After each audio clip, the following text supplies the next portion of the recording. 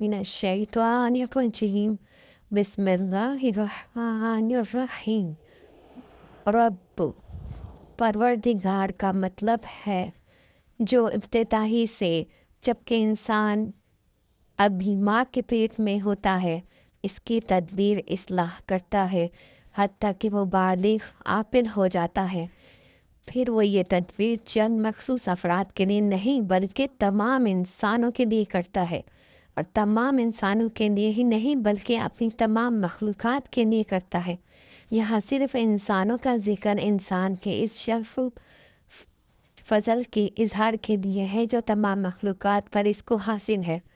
जो रात तमाम इंसानों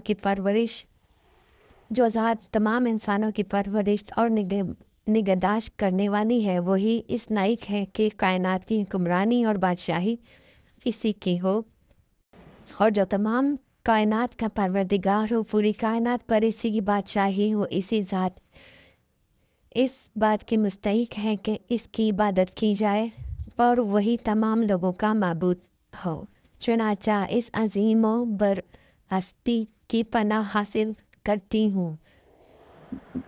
तो वसवसा यानी बाज़ के नज़दीक इसमें फ़ाल वसवसा के मानी है, और बाज़ के नज़दीक ये जिन वसवसा है। वसवसा मुख्फी आवाज़ को कहते हैं। शैतान भी नहायत गैर महसूस तरीके से इंसान के दिल में बुरी बातें डाल देता है, इसी को वसवसा कहा जाता है। खन्नास खसक जाने वाली ये शैतान की सिफ़त है। जब अल्लाह का जिक्र किया जाए तो ये खसक जाता है, और अल्लाह की याद से गफलत बढ़ती जाए तो दिल पर छा जाता है।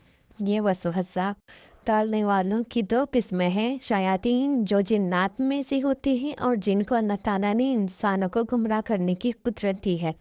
इलावा हर इंसान के साथ एक शैतान इसका साथी होता है जो इसको गुमराह करने की कोशिश करता रहता है।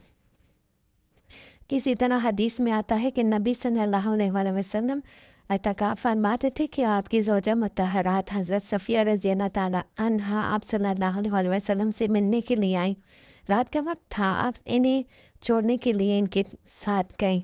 रास्ते में दो अंसारी सहाबा वहाँ गुजरे तो आप सल्लल्लाहु अलैहि वसल्लम इन्हें बुलाकर फरमाया कि ये मेरी अहलिया सफ़िया बिनते हुई हैं।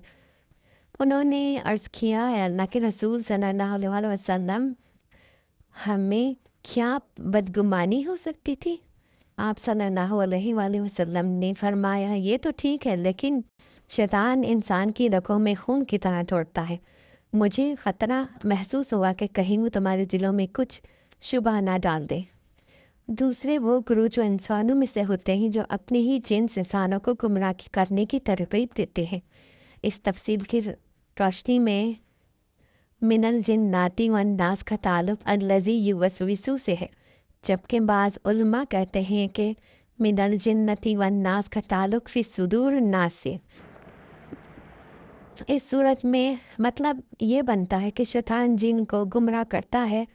शैतान जिन को गुमराह करता है, इनकी दो किस्में हैं, यानी शैतान इंसानों को भी गुमराह करता है और जिन्नात को भी।